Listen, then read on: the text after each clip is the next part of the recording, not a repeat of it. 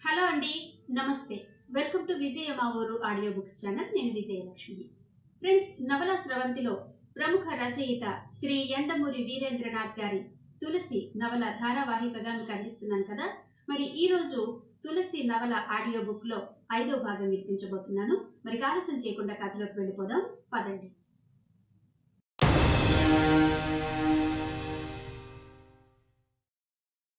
తర్వాత ఏమైంది? అబ్రకదబ్రా టెన్షన్తో అడిగాడు. పండిత్ వెంటనే జవాబు చెప్పలేదు. దాదాపు 3 సంవత్సరాల క్రితం జరిగిన సంఘటన జ్ఞాపకం పెట్టుకోవడం అంత సులభం కాదు. అయినా అచ్చు పుస్తకంలో పేజీల్లా అతడి జ్ఞాపకపు పుటల్లో స్మృతులు తిరుగుతున్నాయి. సన్యాల్ కాగితం మీద వ్రాసుకున్నాడు. రోగి పేరు శ్రీనివాస పిళ్ళై. ఆపరేషన్ కుడివైపు టెంపోరల్ లోబ్లో ఎలక్ట్రోడ్ అమర్చడం, నష్టమైన రక్తం 250 cc, రికవరీ 12 గంటలు. అతడు వ్రాయడం పూర్తి చేసి పండిత్ వైపు తిరిగి, థ్యాంక్ యూ ప్రొఫెసర్ అన్నాడు. మీరు చేసిన సాయానికి కృతజ్ఞతలు. పండిత్కు తెలుసు, నిజానికి తను చేసింది ఏమీ లేదని. పెద్దవాడు గారడీ చేస్తుంటే సాయం చేసే చిన్నపిల్లవాడిలా నిలబడ్డాడు తను. అంతే, ఇంక మనం చెయ్యవలసిందేమీ లేదు. ఈ రాత్రికి రోగికి పొద్దున్నగాని మెలకువ రాదు. మీరు విశ్రాంతి తీసుకోండి అన్నాడు సన్యాల్. ఇద్దరూ చెరో రూములోకి వెళ్ళి పడుకున్నారు. పండిత్ ఆలోచించసాగాడు. అతడికి ఎప్పుడో చదివిన విషయం జ్ఞాపకం వచ్చింది. ఒక ఆసుపత్రిలో ఒక 10 ఏళ్ల కుర్రవాడు అడ్మిట్ చేయబడ్డాడు. అతడు తల దువ్వుకునేటప్పుడు జుట్టు మధ్యలో నొప్పిగా ఉండేది. తర్వాత అక్కడ వాపు బయలుదేరింది. న్యూరోలాజికల్ పరీక్షలో ఏమీ బయటపడలేదు. ఎక్స్రేలో తేలింది అతడి తలలో 6 సెంటీమీటర్ల మేకు ఉన్నట్టు. ఒక సైక్రియాట్రిస్ట్ ఎంతో శ్రమతో ఆ కుర్రవాణ్ణి అనునయించి విషయం రాబట్టాడు. ఎన్నో దిగ్భ్రాంతి కలిగించే విషయాలు అందులో బయటపడ్డాయి. ఆ కుర్రవాడికి ఒక సాధువు దగ్గరకు ప్రతిరోజు వెళ్లే అలవాటుంది. ఆ సాధువుకి తనకు తెలిసిన మంత్ర విద్యని ఈ కుర్రవాడి మీద ప్రయోగం చేయదలుచుకున్నాడు. డీప్ హిప్నాసిస్లో ఆ కుర్రవాడిని ప్రవేశపెట్టి మేకు దిగగొట్టేశాడు. మరి ఆ సాధువుకి మానవాతీత శక్తులు వచ్చాయో లేదో తెలియదు గాని డాక్టర్లు చాలా కష్టపడి ఆ కుర్రవాణ్ణి రక్షించవలసి వచ్చింది. బాగా అలసిపోవడం వల్ల పండిత్కి వెంటనే నిద్ర పట్టింది. మళ్ళీ మెలకు వచ్చేసరికి బాగా తెల్లారిపోయింది. కిటికీలో నుంచి ఎండ నిటారుగా పడుతుంది. తన నిద్రకి తనని తానే తిట్టుకుంటూ బయట రూంలోకొచ్చాడు. సన్యాల్ తలుపు దగ్గరగా వేసి ఉంది. అతడు లేవలేదు. పండిత్ ఆపరేషన్ రూంలోకి వెళ్ళాడు. అదే ఇంటెన్సివ్ కేర్ రూమ్గా కూడా ఉపయోగపడుతుంది. సన్నటి గాలి ఎయిర్ కండిషనర్లో నుంచి చల్లగా వీస్తుంది. రోగిని చూడడం కోసం కుర్చీని నెమ్మదిగా తిప్పి పండిత్ స్థాణువై అలాగే నిలబడిపోయాడు. శ్రీనివాస్ పిళ్ళై కుర్చీలో లేడు. పండిత్ దాదాపు పరుగు పెడుతున్నట్టుగా సన్యాల్ గదిలో ప్రవేశించాడు. దగ్గరికి వేసి ఉన్న తలుపుల్ని దభేలున తెరిచి, డాక్టర్ అని అరిచాడు. సన్యాల్లో కదలిక లేదు. అతడిని కదిపి లేపడానికి మీద చెయ్యి వేసిన పండిత్ మరో షాక్ తగిలినట్టు చెయ్యి వెనక్కి తీసేసుకున్నాడు. సన్యాల్ శరీరం చల్లగా తగిలింది. ఒక అవయవం బదులుగా కంప్యూటర్ని అమర్చగలిగిన ఆ డాక్టర్ గుండె అనే మరో అవయవం పనిచెయ్యని కారణంగా అచేతనుడయ్యాడు. ఆ తర్వాత ఆ రోగి ఏమయ్యాడో నాకు తెలీదు. ఇప్పుడు ప్రసక్తి వచ్చింది కాబట్టి చెప్పాను. సన్యాల్ మరణం తర్వాత ఆ ఇంటిని ప్రభుత్వం స్వాధీనం చేసుకుంది. అతడు చేసిన ఆపరేషన్ గురించి 2-3 డాక్టర్లతో మాట్లాడాను. నా మాటల్ని హేళనగా కొట్టిపడేశారు వాళ్ళు. అదీ కాక ఒక మనిషికి అలా బలవంతంగా ఆపరేషన్ చేసినందుకు శిక్ష పడుతుందని కూడా అప్పట్లో భయం వేసింది నాకు. దాంతో ఇంక దాని సంగతి ఎవరికీ చెప్పలేదు. కానీ నాకు బాగా జ్ఞాపకం, ఆ రోజు రాత్రి ఆపరేషన్ అయ్యాక రోగి నోటితో స్వయంగా తన పేరు చెప్పడం. అబ్రకదబ్రా పండిత్ మాటలు వినడం లేదు. శ్రీనివాస పిళ్ళై, శ్రీనివాస పిళ్ళై అని తనలో తనే గొణుక్కుంటున్నాడు. ఆ బల్ల కింద ఎవరున్నారు? బయటికి రండి మర్యాదగా. చక్రవర్తి కంఠం గదిలో మారుమ్రోగింది. తులసి టేబుల్ క్లాత్ మరికొంచెం కిందికి లాగింది. దాని కింద గరుగ్గా ఏదో తగిలింది. చక్రవర్తి 2 అడుగులు ముందుకు వేసి బల్ల దగ్గరికి వస్తున్నాడు. తులసి మరింత మునగదీసుకుని బల్ల కోడు దగ్గరికి జరిగింది. కోడు మీద నుంచి ఆమె మెడ మీదకి పాములా ఏదో జారింది. ఆమె కెవ్వున అరవబోయి అతి కష్టం మీద తమాయించుకుని తడిమి చూసుకుంది. తాడు చేతికి తగిలింది. చక్రవర్తి మోకాళ్ల మీద వంగాడు. తులసి అప్రయత్నంగా తాడు లాగింది. దాంతోపాటు బల్లగుడ్డ కింద ఉన్న మరో చైనా సిల్క్ గుడ్డ చేతిలోకొచ్చింది. దాంతోపాటు కార్బన్ పేపర్ కాగితం కూడా అప్పుడు చూసిందామె. కుర్చీలో కూర్చుని కాళ్ళు పెట్టుకునే చోట చెప్పులు ఉండడం. అయితే అవి మామూలు చెప్పుల్లా కాకుండా రాజులు వాడే పాదుకల్లా ఉన్నాయి. ఆమె గుండెల నిండా ఊపిరి పీల్చుకుంది. చక్రవర్తి తన కోసం వంగగానే ఆ పాదుకతో అతడి తల బద్దలు కొట్టాలని ఆమె ఉద్దేశం. అతడు తల వంచి బల్ల కిందకు వస్తున్నాడు. ఆమె శివంగిలా ముందుకు దూకి ఆ ఊపులోనే ఆ వెండి చెప్పును పట్టుకుని ఎత్తి కొట్టబోయింది. కానీ అంత వేగంలోనూ ఆమె విస్తుబోయేటట్టు ఆ చెప్పులు నేలకే తాపడం చేయబడి ఉన్నాయి. వస్తాయన్న ఉద్దేశంతో వాటిని పట్టుకుని ఉండడం వల్ల ఆమె ముందుకు తూలింది, సరిగ్గా చక్రవర్తి కాళ్ల మీదకి. స్త్రీ అనైనా చూడకుండా ఆమెని అతడు ఎంత బలంగా కొట్టాడంటే కార్పెట్ మీద దాదాపు 5 గజాల దూరం వెళ్ళి పడిందామె. పెదవి చిట్లింది. తల అదిరిపోయి క్షణం పాటు ఏమీ కనబడలేదు. ఆమె కళ్ళు తెరిచేసరికి అతడు ఆమె దగ్గరికి వచ్చాడు. ఆమెను చూడగానే "నువ్వేనన్నమాట" అన్నాడు. తులసి జవాబు చెప్పలేదు. "క్రితంసారి వచ్చినప్పుడే సరిగ్గా మర్యాద చేసి పంపవలసింది, వదిలేశాం. తిరిగి వచ్చావన్నమాట" అని అడుగు ముందుకు వేశాడు. ఇక పారిపోవడానికి దారి లేదు. తులసి కళ్ళు గట్టిగా మూసుకుంది. అతడు దగ్గరికి రావడం తెలుస్తుంది. తెలుగు సినిమా పతాక సన్నివేశంలోలా పోలీసులు వస్తారని, ఇన్స్పెక్టర్ ఎడమ చేతిలో పిస్టల్ ఎక్కుపెట్టి "you are under arrest, hands up" అంటాడని ఆశపడ్డది. కానీ అలాంటిదేం జరగలేదు. ఆమె రెక్క పట్టుకుని లేవదీశాడు చక్రవర్తి. "డిటెక్టివ్ నవలలు నేను చదవను" అనుకుంది తులసి. "ఈ గదిలోకి నువ్వెలా ప్రవేశించావు?" అడిగాడు చక్రవర్తి. "చూమంతర్" అంది తులసి. "మూర్ఖుడా, మానవాతీత శక్తుల్నే ప్రశ్నిస్తున్నావా? చావడం ఎలాగూ తప్పనిసరి అయినప్పుడు జేమ్స్ బాండ్లాగా చావడం మంచిది. నీ మానవాతీత శక్తుల్ని మా కాళీమాత వదిలిస్తుందిలే" అంటూ గుమ్మం వైపు తోశాడు. ఆమెకు తను చూసిన విగ్రహం జ్ఞాపకం వచ్చింది. విగ్రహపు చేతిలో రక్తం కారిపోయి కుదించుకుపోయిన మనిషి తల. ఆ తలని తన తల రీప్లేస్ చేయబోతుందా అనుకుంది. గుమ్మం దాటుతున్నదల్లా క్షణంలో 1000వ వంతు ఆగింది. ఆమె దృష్టి గుమ్మం అవతల కొద్దిగా కదిలిన నీడ మీద పడింది. ఎవరో ఉన్నారు బయట, వేచి చూస్తున్నారు తమ రాక కోసం. గన్ షాట్గా చక్రవర్తి తరపు మనిషి కాదు. ఆమె ముందుకు అడుగు వేయడం కొద్దిగా ఆలస్యం చేసింది. అది గమనించిన చక్రవర్తి గుమ్మంలో నుంచి ముందుకు వెళ్ళాడు. 2 చేతుల్లో ఇనుప కడ్డీల్లాంటివి ఒక పిడికిలతో ఇంకొకటి బిగుసుకుని అతని తల మీద మెరుపులా పడ్డాయి. చక్రవర్తి కుప్పలా కూలిపోయాడు. "వెల్డన్ జేమ్స్ బాండ్" అంది తులసి కొట్టిన వ్యక్తిని చూస్తూ. అతను మాట్లాడకుండా మోకాళ్ల మీద వంగి చక్రవర్తిని పరీక్షించసాగాడు. "చచ్చాడా?" అని అడిగింది తులసి. లేదన్నట్టు తలూపాడతడు. "వీడు మీ శత్రువర్గంలో వాడా? మిత్రుడిని పొరపాటున కొట్టారా?" "శత్రువే." "అయితే మనం ఒకటన్నమాట. మిత్రుడికి శత్రువు శత్రువుకి శత్రువు మిత్రుడవుతాడు. బై చార్లెస్ బ్రాన్సన్ మీ కన్నయ్య?" అంది తులసి. "వాడెవడు?" "ఓ ఇంగ్లీష్ హీరో. మీలాగే ఎప్పుడూ నవ్వకుండా ఉంటాడు సీరియస్గా." అతడు నవ్వి "నా పేరు దార్కా" అన్నాడు.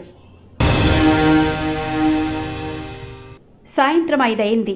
మెయిన్ రోడ్డు జనంతో కిటకిటలాడుతుంది. శారద కారు ఒక పక్కగా ఆపుచేసింది. ఆమెతో పాటు 2 దిగారు, మహిళా మండలి సభ్యురాళ్ళు. వరద బాధితుల సహాయార్థం డొనేషన్లు వసూలు చేయడానికి తిరుగుతున్నవాళ్ళు. శ్రీధర్ వెళ్ళిపోయిన తర్వాత తోచక ఆ మండలిలో చేరింది. వాళ్ల పని పూర్తయ్యేసరికి 7:30 కావస్తుంది. వీధి లైట్లు చీకటిని పారద్రోలుతున్నాయి.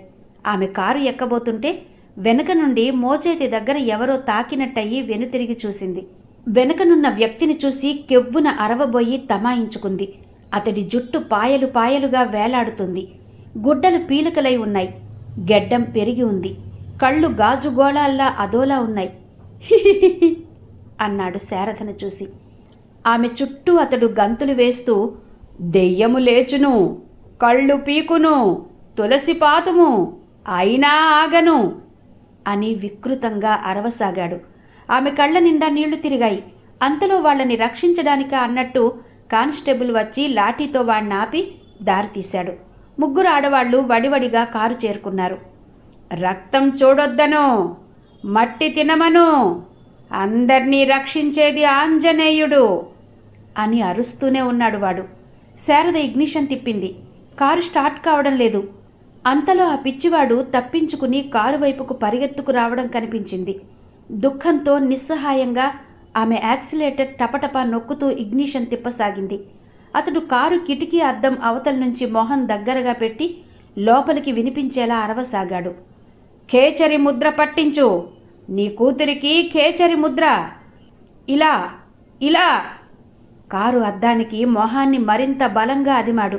కూతురు ప్రసక్తి రావడంతో శారద చెయ్యి ఇగ్నిషన్ మీద నుంచి జారిపోయింది. అతడి బలానికి అద్దం ఏ క్షణమైనా పగిలిపోయేలా ఉంది. ఆమె బయటకు చూసింది.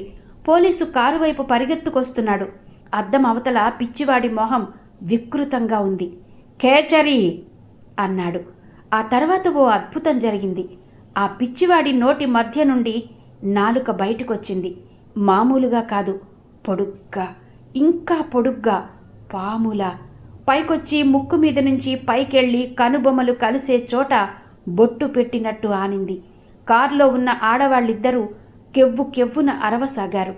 పిచ్చివాడు నాలుకని మళ్ళీ మామూలుగా నోట్లోకి లాగేసుకుని వెర్రిగా ఖేచరి అన్నాడు. ఈ లోపులో పోలీసు వెనక నుంచి లాఠీతో వాడి నెత్తి మీద మోదడం, వాడు అమ్మా అని కుప్పకూలిపోవడం, అదే టైంకి కారు స్టార్ట్ అయ్యి వేగంగా సాగిపోవడం అన్నీ ఒక్క క్షణంలో జరిగిపోయాయి. మన ముందు బయటపడాలి. ఈ బిల్డింగు ఒక తేనెతుట్ట లాంటిది. ఎన్ని గదులున్నాయో ఎవరికీ తెలీదు. ఆ గదుల్లో నుంచి బయటపడడం అంత సులభమని నేను అనుకోను అంది తులసి. నా గది పైకప్పులో నుంచి చూసిందెవరు? నేనే. నేను అందులో నుంచి బయటపడ్డాను. Then you have to thank me. అతడు మౌనంగా ఊరుకున్నాడు. ఆమె ఇంగ్లీషు ఉచ్చారణ అతడిని కొద్దిగా ఇబ్బందిలో పెట్టింది. మాట మారుస్తూ, వీణ్ణెక్కడైనా దాయాలి ముందు అన్నాడు. చక్రవర్తి శరీరాన్ని బల్ల కింద చూస్తూ ఉంటే అప్పుడు మళ్ళీ ఆమె పాదుకలను చూసింది. అంతా గుర్తొచ్చింది. తనొచ్చిన పని, ఇరుక్కుపోయిన విధానం. మరుక్షణం ఆమె దార్కా సంగతి మరిచిపోయి పరిశోధనలో పడింది. పాదుకలు నేలకి ఎందుకు తాపడం చేసి ఉన్నాయి? ఆమె బల్ల క్రిందికి వంగి చెప్పుని బలంగా లాగింది. అది చేతికొచ్చింది. కానీ దానికి ప్లగ్, ఆ ప్లగ్కి పిన్ ఉండడం ఆశ్చర్యం కలిగించింది. అంతలోనే ఆమెకి బల్ల మీద గరుగ్గా తగిలిన కాగితం విషయం జ్ఞాపకం వచ్చింది. లేచి ఆ పైగుడ్డని బలవంతంగా లాగింది.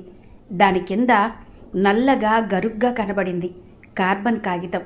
ఆమె దాన్ని తీసి అడుగున ఏముందో చూసింది. తెల్లటి చైనా సిల్క్ గుడ్డ. దాని చివర ఒక తాడుకి కట్టబడి ఉంది. ఆ తాడు బల్లకోడిలోకి వెళ్ళిపోయింది. భక్తుడు ప్రశ్న వ్రాస్తూ ఉంటే అది కింద చైనా సిల్క్ గుడ్డ మీద కాపీలా పడుతుందన్నమాట. తర్వాత ఎవరో అక్కడి నుంచి దాన్ని లాగుతారు. కానీ సిద్ధేశ్వరి కుర్చీలో నుంచి లేవకుండానే ప్రశ్నకి ఎలా సమాధానం చెప్పగలుగుతుంది? ఆమె ఒక్క క్షణం ఆలోచించింది. దార్కా ప్రేక్షకుడిలా గమనిస్తున్నాడు. ఆమె మొహంలో పని పట్ల ఏకాగ్రత, కళ్లలో తీక్షణత, కదలికలో చురుకు అతడికి తను విషాచికి శిష్యుడిగా ఉన్న రోజుల్ని గుర్తుకు తెస్తున్నాయి. తులసి చూపుడు వేలుతో బల్లకోళ్లని కొట్టింది. ఆమె అనుకున్నట్టుగానే ఒక కోడు డొల్లగా ఉంది. దాని క్రింద తివాచీని తడిమి చూసింది. ఒక తాడు ఎత్తుగా తగిలింది. దాన్ని తడుముకుంటూ ప్రయాణం సాగించింది. అది పక్క రూములోకి వెళ్ళింది. ఆమె తలుపు తెరిచి ఆ గదిలోకి అడుగుపెట్టి పెట్టగానే నిశ్చేష్టురాలై నిలబడిపోయింది. ఆ గదిలో గోడకి ఒక చిన్న ట్రాన్స్మిటర్ ఉంది. ఆమె జేమ్స్ బాండ్లా సన్నగా విజిల్ వేయబోయి ఆడదాన్నని గుర్తుకొచ్చి మానేసి, అది విషయం అంది అంతా అర్థమైపోయినట్టుగా. ఏంటి అన్నాడు దార్కా. సిద్ధేశ్వరి ఈ కుర్చీలో కూర్చోగానే తన పాదుకల్ని ఈ ప్లగ్ కన్నాల్లో పెడుతుంది. ఆ పాదుకలకు ఉన్న వైర్లకి ఆమె చెవి దగ్గర ఉన్న హెడ్ ఫోన్స్ కనెక్ట్ చేయబడి ఉంటాయి. మనం ప్రశ్న వ్రాయగానే అది కార్బన్ కాగితం ద్వారా క్రింద ఉన్న సిల్క్ గుడ్డ మీద పడుతుంది. ఆ గుడ్డని పక్క గదిలో ఉన్న అసిస్టెంట్ తాడుతో బల్లకోడుకుండా తివాచి కింద నుంచి లాగేస్తాడు. దాన్ని చదివి ట్రాన్స్మిటర్లో చెబుతాడు. అది సిద్ధేశ్వరి పాదుకల గుండా ఆమె చెవి దగ్గర వినబడుతుంది. ఆ తర్వాత సంగతి తెలిసిందే అంది తులసి. దార్కా ఈ మోసాన్ని తొందరగా జీర్ణించుకోలేకపోయాడు. మన మూర్ఖత్వాన్ని ఆసరాగా చేసుకుని సిద్ధేశ్వరి లక్షలు సంపాదించింది. చాలా తెలివిగా పగడ్బందీగా వేసిన ప్లాన్ ఇది అంది తులసి.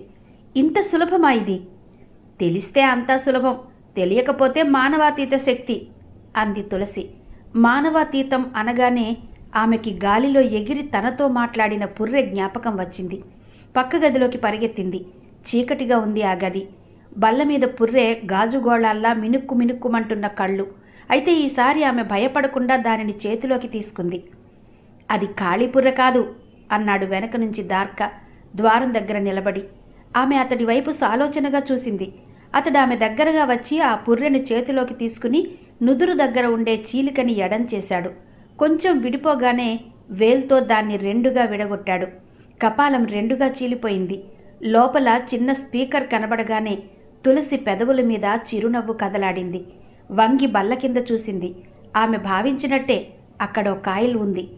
ఆమె లేస్తూ, పుర్రె మాట్లాడుతుంది అంటే అందరూ పుర్రెని పరీక్షిస్తారు. నీకెలా తెలిసిందో గాని మాకందరికీ మామూలు పుర్రెలాగే కనబడింది అంది. దార్కా మాట్లాడలేదు.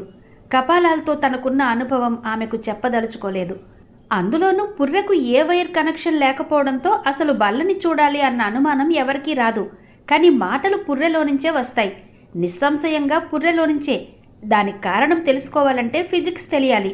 నువ్వు ఫిజిక్స్ చదువుకున్నావా అడిగింది తులసి. లేదు. అతడి మాటలు పట్టించుకోకుండా తనలో తానే అనుకుంటున్నట్టు ఇండక్షన్ అన్నది. ఇండక్షన్ ద్వారా మాటలు పుర్రెలోంచే వినబడతాయి. నీకు ఫిజిక్స్ తెలియకపోతే దాని గురించి ఎంత చెప్పినా అర్థం కాదు. కానీ సిద్ధేశ్వరికి మానవాతీత శక్తులు ఉన్నాయి అన్నాడు దార్క. నేను స్వయంగా చూశాను. లేకపోతే నమ్మేవాణ్ణి కాదు. ఏది? తలుపులన్నీ వేసుకుని ఇనప్పెట్టెలో కూర్చోవడమా అని నవ్వింది తులసి. ఆమె ఒళ్ళో ఉన్న దేవి విగ్రహంలోనే ఉంది ట్రిక్ అంతా. అందులో నుంచే ఆక్సిజన్ ఉత్పత్తి అయ్యేది అంది.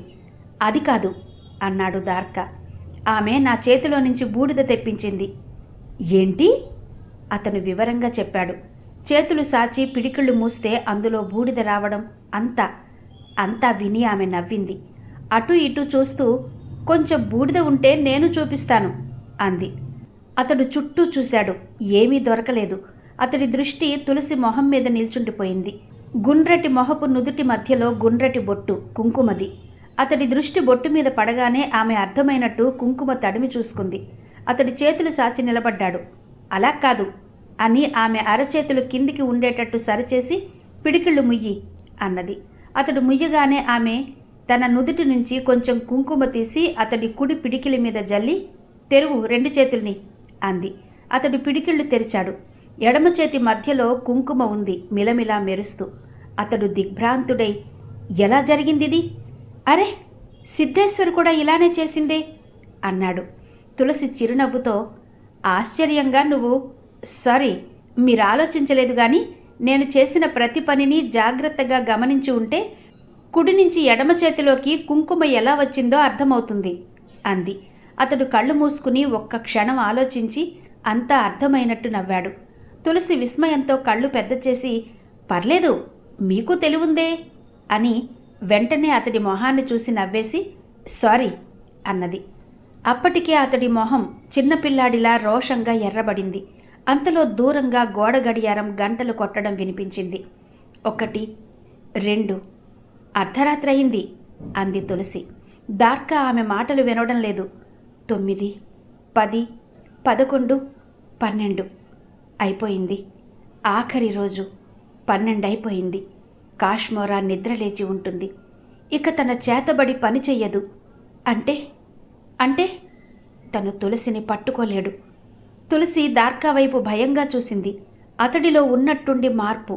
ఆమె అతన్నే చూస్తోంది. అతడి తలలో ఆలోచనల హోరైపోయింది. తులసిని చంపడం కోసం కాశ్మోరా లేచి ఉంటుంది. తన చేతబడి పని చెయ్యదు. తన పగ తీరదు. ఇక 7 రోజుల్లో తులసి మరణం, తన మరణం కూడా. మరణం అతన్ని భయపెట్టడం లేదు, ఓటమి భయపెడుతుంది. కాశ్మోరా కాశ్మోరా అని గొణిగాడు. ఆమెకి సంభాషణ కొనసాగించడానికి, అతన్ని మాటల్లో పెట్టి మామూలు మనిషిని చెయ్యడానికి వీలు దొరికింది. కాశ్మోరా అంది. దార్కా తలెత్తాడు. మా ఇంట్లో డైనింగ్ టేబుల్ దగ్గర అప్పుడప్పుడు చెప్పుకుంటూ ఉంటాం కాశ్మోరా అన్న పేరు. ఏంటి కాశ్మోరా అంటే? దార్కా వెంటనే జవాబు చెప్పలేదు. తర్వాత నెమ్మదిగా అన్నాడు, సరిగ్గా 5 నిమిషాల క్రితం కాశ్మోరా నిద్రలేచి ఉంటాడు. 11 సంవత్సరాల నిద్ర తర్వాత దార్కా కంఠం వణికింది. కాశ్మోరా కుంభకర్ణుడి పెద్దన్నయ్య 11 సంవత్సరాల తర్వాత నిద్ర లేవడానికి? నవ్వింది తులసి. దార్కా నెమ్మదిగా తలెత్తాడు. అతడి కంఠంలో అదోలాంటి కంపన ఉంది. 62 క్షుద్ర శక్తుల కలయిక 15వ విద్య అన్నాడు. అదే కాశ్మోరా. తులసి అతడి వైపు జాలిగా చూసింది. సైన్స్ ఇంత ప్రగతి సాధించింది. తనలాంటి అమ్మాయిలు కూడా బాబాలు, ఈశ్వరుడు వీళ్ల మోసాలు బహిర్గతం చేయడం కోసం ప్రాణాలకు తెగించి అపాయాలను కొని తెచ్చుకుంటున్నారు. యువతరం ఇలా హేతువాదం వైపు కొనసాగిపోతున్న తరుణంలో ఈ యువకుడు పాపం ఏం చదువుకున్నాడో తెలీదు గాని ఏదో పాత ఇంగ్లీషు సినిమాలోలా సాతాను నిద్రలేస్తుంది అన్న హెలూసినేషన్లా మొహం అంతా కందగడ్డలా చేసుకుని అరుస్తున్నాడు. ఈ ప్రజల అజ్ఞానాన్ని ఎవరు పోగొట్టగలరు? తులసికి అతడిని ఏడిపించాలని బుద్ధి పుట్టింది. అయితే కాశ్మోరా ఎప్పుడు నిద్రపోయాడో నీకెలా తెలుసు? అంటే ఏ మర్రి చెట్టు ఓడల మీదో రావి చెట్టు తొర్రలోనో పడుకోవడం నువ్వు చూసావా? ఆమె మాటల్లో వ్యంగ్యం అతడు గ్రహించలేదు. అసలు అందులో వ్యంగ్యం ఉంటుందన్న భావం అతడికి రాలేదు. కాశ్మోరా అసంతృప్తుడై నిద్రపోయాడు. నా గురువు చెప్పాడు, 11 సంవత్సరాల దీర్ఘ నిద్ర అన్నాడు నిజాయితీగా. తెరలుగా వస్తున్న నవ్వును ఆమె పెదవుల వెనక బిగబట్టి, సరిగ్గా ఈరోజే లేస్తాడని ఎలా తెలుసు? ఏదైనా క్లెయిర్వాయిన్స్లో కాశ్మోరా మెసేజ్ పంపాడా? అంది. ఆమె వాడిన ఇంగ్లీష్ పదాలు అతడికి అర్థం కాలేదు. తనలో తను రోజుకో పుల్ల చొప్పున 30 పుల్లలు విరిచాడు. నెలయింది. అలాంటిది 12 అయితే సంవత్సరం. 5 కణుపులు 5 సంవత్సరాలు అన్నాడు స్వగతంలా. అంతలో మరో గడియారం 12 కొట్టింది. ఈసారి అతడు ఆవేశాన్ని, ఉద్విగ్నతను ఆపుకోలేకపోయాడు. బిస్తా గ్రామపు మంత్రగాడిలా మారి దిక్కులు పిక్కటిల్లేలా, ఓడిపోయాను విశాచి అని ఆ భవంతి ప్రతిధ్వనించేలా అరిచాడు. పూజలో ఉన్న సిద్ధేశ్వరి ఉలిక్కి పడింది. వడివడిగా ఆ గదివైపు రాసాగింది. ఏమిటి అరుపు? ప్లీజ్, అందరూ వస్తారు అంది తులసి. దార్కా నెమ్మదిగా సర్దుకున్నాడు. అది అర్ధరాత్రి కాబట్టి ఎవరూ లేరని తులసి అనుకుంది. కానీ సిద్ధేశ్వరి ఆలయంలో చాలా పూజలు రాత్రివేళ జరుగుతాయని ఆమెకు తెలియదు. అందులోనూ ఆ రోజు మహాపూజ. దేశం నలుమూలల నుంచి మహామహులందరూ వచ్చి ఉన్నారు. సిద్ధేశ్వరి ఒక్కో గది వెతుక్కుంటూ వస్తోంది. ఆమె మొహం ఎర్రగా కందిపోయి ఉంది. గదిలో తులసి దార్కా వైపు జాలిగా, సాలోచనగా చూసింది. తాము ఇంత కష్టపడి సైంటిఫిక్గా నిరూపించి మనుషుల అజ్ఞానాన్ని పారద్రోలడానికి ప్రయత్నం చేస్తుంటే ఈ వ్యక్తి ఇంకా క్షుద్రశక్తుల్ని, మానవాతీత విద్యల్ని నమ్మే యుగంలోనే ఉన్నాడు అనుకుంది. ఎలా ఇతన్ని మార్చడం? అంతలో ఆమె మెదడులో ఏదో మెరిసింది. 5 సంవత్సరాలు, 5 కణుపులు, 30 పుల్లలు, 30 రోజులు కదూ? అవును అన్నాడు దార్కా. ఈ లెక్కలు ఇవన్నీ ఎంత తప్పో ఇప్పుడు అర్థమయ్యాయా? ఎలా? ప్రతి నెలకి రోజులు 30 కాదు, కొన్నిటికి 31, ఫిబ్రవరి 28 అంది. దార్కా స్థాణువయ్యాడు. అమావాస్య, పున్నముల సాయంతో చివరి క్షణం వరకు సరిగ్గా లెక్క కట్టగలిగే తన గురువైన విశాచి తనను నాగరిక ప్రపంచంలోకి పంపే ప్రయత్నంలో నాగరికంగా లెక్క కట్టబోయి తప్పు లెక్క వేశాడు. అయితేనే మంచే జరిగింది. తులసి తన మాట మీద అతడి రియాక్షన్ కోసం చూస్తూ ఉండగా అతడి మొహంలో ఓటమి బదులు సంతోషం చోటు చేసుకుంటూ ఉండగా బయట సిద్ధేశ్వరి అలికిడి వినిపించింది. అదే సమయానికి తన పాక మధ్యలో ఇస్మాయిల్ చేతులు గాలిలోకి సాగి ప్రార్థన చేస్తున్నాడు. 35 అన్నా నిండకుండానే ఇస్మాయిల్ 50 ఏళ్ల వాడుగా మారాడు. జుట్టు చాలా తెల్లబడింది. బుగ్గలు జారిపోయాయి. కానీ మొహం మీద నవ్వు మాత్రం చెరగలేదు. మనిషిలో హుషారు తగ్గలేదు. ఎవరో చెప్పుకుంటుంటారు, చేతబడి తిరగొడుతుంటే వక్రించిందని, అందుకే ఆ వయస్సులో అలా అయిపోయాడని. ఆ మాటే అతడి దగ్గరంటే నవ్వుతారు. ఆంజనేయ భక్తుణ్ణి సార్, నన్ను ఎవరేం చెయ్యలేరు అని. అతడికి పిల్లలంటే అమితమైన ప్రేమ. అందుకే 20 సంవత్సరాల నుంచి ఆ స్కూల్ బస్ క్లీనర్ ఉద్యోగమే చేస్తున్నాడు. వాళ్ళు ఇంకో మంచి ఉద్యోగంలోకి ప్రమోట్ చేస్తామన్నా వద్దన్నాడు. అతడి జీవితమంతా బస్సులోకి వస్తున్న పిల్లలకి గుడ్ మార్నింగ్ చెప్పడంతోనూ, దిగిపోయేటప్పుడు గుడ్ ఈవినింగ్ చెప్పడంతోనే సంతృప్తిగా వెళ్ళిపోయింది. ఒక బ్యాచ్ తర్వాత ఇంకొక బ్యాచ్ వచ్చేది. ఒక 7 తర్వాత ఇంకో 7 పైబడేది. కదిలి వచ్చే పిల్లలు, కదలాడే జ్ఞాపకాలు. మంచివి చెడ్డవి అన్నిటి మధ్య అస్పష్టంగా బస్ ఆ వీధిలోంచి వెళ్ళినప్పుడల్లా, ఆ ఇల్లు దగ్గర పడుతున్నప్పుడల్లా, సమయం దగ్గర పడుతున్నట్టు, ముంచుకొస్తున్నట్టు భావన. అతడు ప్రతిరోజు చూస్తూనే ఉన్నాడు తులసిని. తన బస్లో నుంచి గెంతి టాటా చెప్పి విశాలమైన కాంపౌండ్లోకి పరిగెత్తే 10 ఏళ్ల తులసి, పొందిగ్గా ఓణీ పరికిణీలతో హైస్కూల్కి వెళ్ళడాన్ని, ఒద్దికైన చీరలో కాలేజీ స్టూడెంట్ అవ్వడాన్ని. ఒక్కో రోజు గడుస్తుంటే అతడు తల్లడిల్లిపోతున్నాడు. రాబోయే మారణ హోమాన్ని తలుచుకుని. చెప్పుకోవడానికి ఎవరూ లేరు. ఆపడం ఎలాగో తెలియదు. తెలిసిన కొద్ది జ్ఞానము తెలియచెబుతుంది 11 ఏళ్ల పగతో కాశ్మోరా తిరగబెట్టబోతుందని. ఈసారి రెట్టించిన పగతో ఉత్తరం దిక్కు నుంచి వెతుక్కుంటూ వచ్చి అది ఆ పాపని పెకిలించుకుపోతుందని. ఎలా ఆపడం? అతడు కొట్టుమిట్టాడుతున్నాడు. ఏం చెయ్యాలో తోచక. శ్రీధర్కి చెప్పొచ్చు, కానీ ఏం లాభం? ఆ తండ్రి మనస్సు బాధ పెట్టడం తప్ప. జరిగేది ఎలానూ జరగబోతున్నప్పుడు అది ముందే చెప్పి బాధ పెట్టడం ఎందుకు అని ఇంతకాలం ఉపేక్షించాడు. కానీ రోజు దాటి రోజు గడుస్తుంటే అతడి మనసు ఆగలేదు. శ్రీధర్ ఇంటికి వెళ్ళాడు. శ్రీధర్ అసలు ఈ దేశంలోనే లేడని, ప్యారిస్ వెళ్ళాడని తెలిసింది. కుంగిపోయాడు. కాశ్మోరా గురించి తెలిసిన వాళ్ళు 2. ఒకడు తను, రెండోవాడు రోడ్లు పట్టుకుని తిరుగుతున్నాడు పకీరు. శవారూఢం శ్మశానవాసిని, క్రీం హ్రీం దక్షిణ కాశీ. ఆ ఊహతోనే అతడు వణికిపోయాడు. ముక్కు నుంచి కారే రక్తం నేరేడు వర్ణంలో ఉంటుంది. ఎడమకాలు నేల మీద ఆనదు. కదిలిస్తున్న కాశ్మోరాకి పంచభూతాలు సాయం చేస్తాయి. పంచభూతాలు అంటే భూమి, నీరు, గాలి, ఆకాశం, అగ్ని. ఇవన్నీ దేవుడు సృష్టించినవి అయినా దెయ్యానికి సాయం చేస్తాయి. కారణాలు అన్వేషించాలంటే మంత్రశాస్త్రాన్ని మరింత మధించాలి. పంచభూతాల గురించి తెలుసుకోవాలి. జా అంటే పుట్టినది.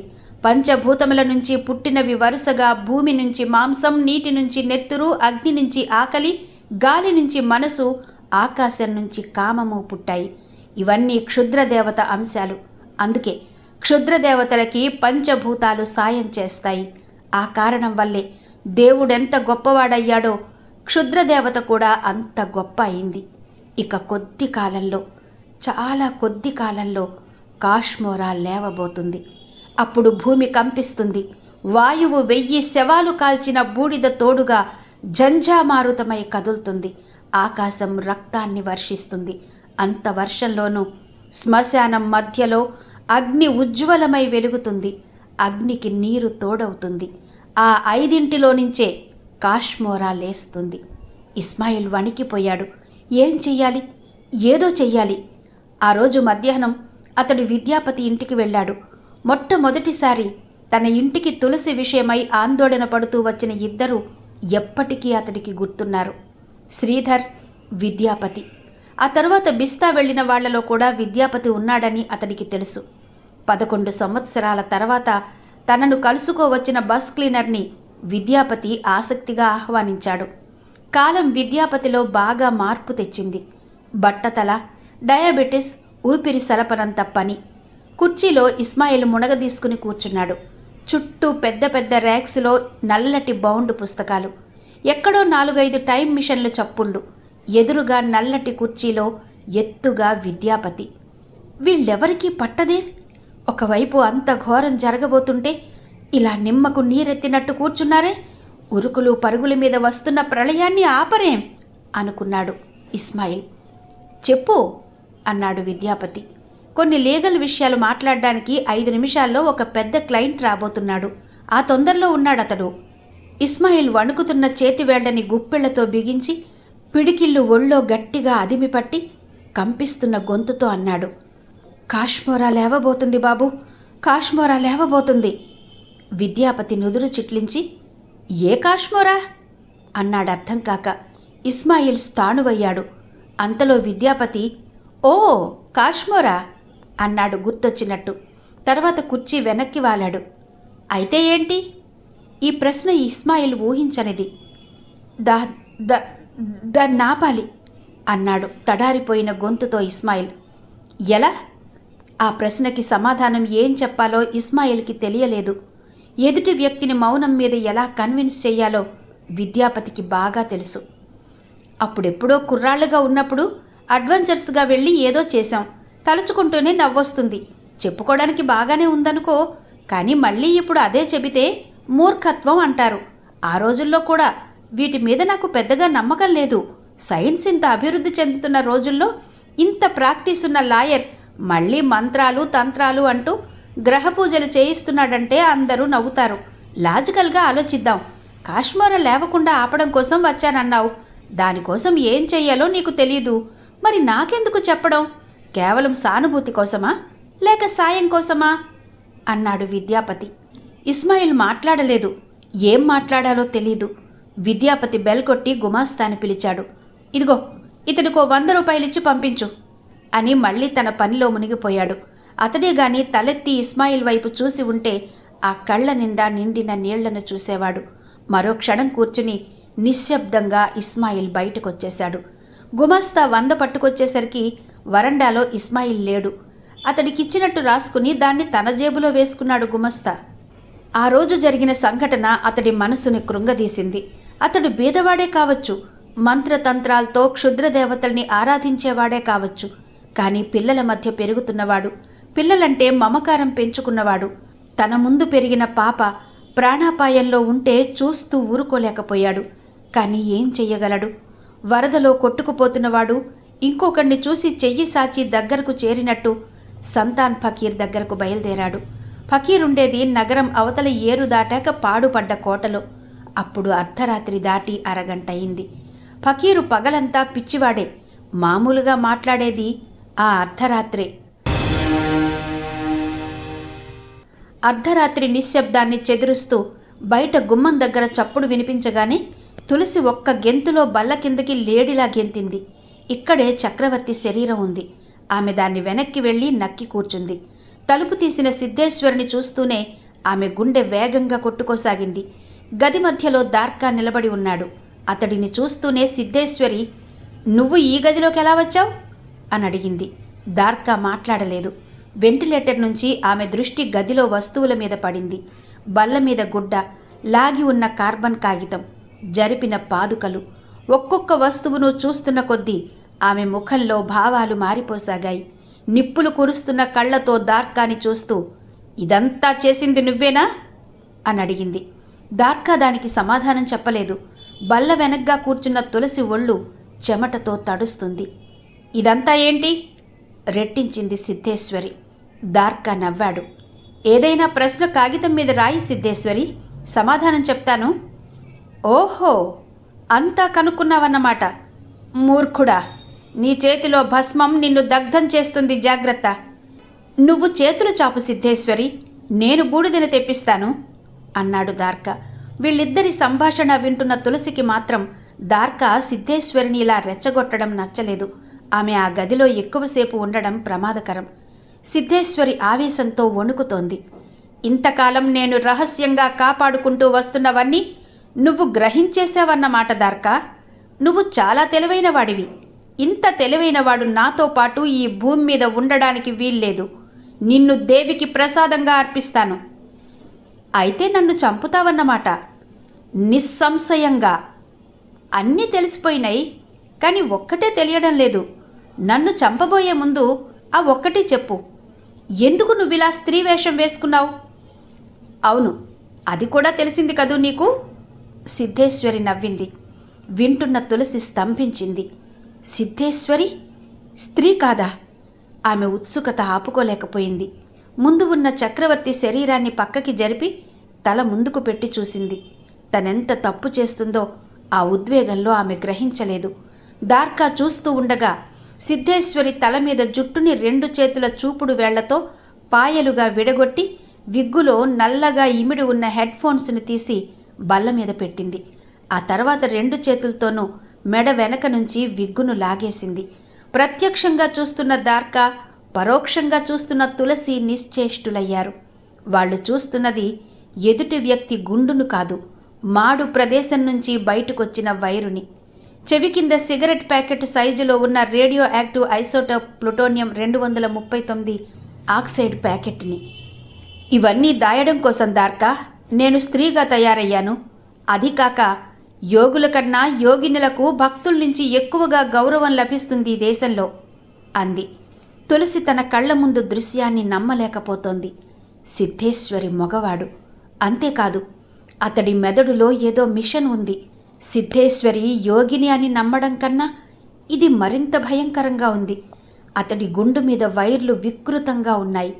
తల నుంచి చెవి దగ్గరకు వెళ్ళిన వైరు పాడైపోయిన నీటి పంపు గొట్టంలా ఉంది. అన్నిటికన్నా భయంకరంగా చెవి దగ్గర చర్మానికి అతుక్కుపోయి కణతలా వేలాడుతుంది ప్లూటోనియం ప్యాకెట్. ఆ దృశ్యాన్ని చూడలేనట్టు చప్పున వెనక్కి జరిగింది. అంతకుముందే చక్రవర్తి శరీరాన్ని వెనక్కి జరిపిన సంగతి ఆమె మరచిపోయింది. వెనక్కు జరిగేసరికి ఆ శవపు కాలు మెత్తగా తగిలింది. అసలే భయంతో ఉందేమో చప్పున దాన్ని ముందుకు తోసింది. దబ్బన్న శబ్దంతో ఆ కాలు బల్ల బయటకొచ్చి పడింది. సిద్ధేశ్వరి గిర్రున వెనక్కి తిరిగింది. ఉన్నట్టుండి ఆ గదిలో వ్యాపించిన నిశ్శబ్దం ఒళ్ళు గగుర్పొడిచేదిలా ఉంది. గుండె చప్పుడు తనకే వినిపిస్తుంది తులసికి. దార్కా కూడా ఇది ఊహించని వాడిలా నిశ్చేష్టుడయ్యాడు. ముందు తేరుకున్నది సిద్ధేశ్వరి. ఆమె వడివడిగా తన వైపు రావడం చూసి తులసి మరింత మునగదీసుకుపోయింది. సిద్ధేశ్వరి వంగి చూడబోతూ ఉంటే, అతన్ని కొట్టింది నేనే అని వెనక నుంచి దార్కా అన్నాడు. ఆ మాటతో ఆమె ఆగి వెనక్కి తిరిగింది. ఆమె శవం దగ్గరికి వెళ్ళడానికి వీలు కలిగించకుండా దార్కా వచ్చి చక్రవర్తి శరీరాన్ని బయటకు లాగాడు. చాలా తెలివిగా సమయస్ఫూర్తితో తనను కాపాడినందుకు తులసి అతడికి మనసులోనే అభినందనలు తెలిపింది. చక్రవర్తి శవాన్ని చూడగానే సిద్ధేశ్వరి మొహంలో హిస్టీరియా తాలూకా లక్షణాలు కనబడ్డాయి. ఇంతకాలం కుడి భుజంలా వ్యవహరించిన వ్యక్తి మరణం తక్కువ దెబ్బేమీ కాదు. దార్కా అంది ఆవేశంతో వణుకుతున్న కంఠంతో. దీనికి ప్రతీకారంగా నేను నా భక్తుల చేత నిన్నెలా చంపిస్తానో చూద్దుగాని అంది. విన్నారు కదండి. ప్రముఖ రచయిత శ్రీ యండమూరి వీరేంద్రనాథ్ గారి తులసి నవల ధారావాహిక 5వ భాగం విన్నారు కదా. మిగిలిన కథ రేపు సరిగ్గా ఇదే సమయానికి, అంటే సాయంత్రం 7:15 మళ్ళీ మీ ముందుకు తీసుకొస్తాను. అంతవరకు సెలవు. నమస్తే.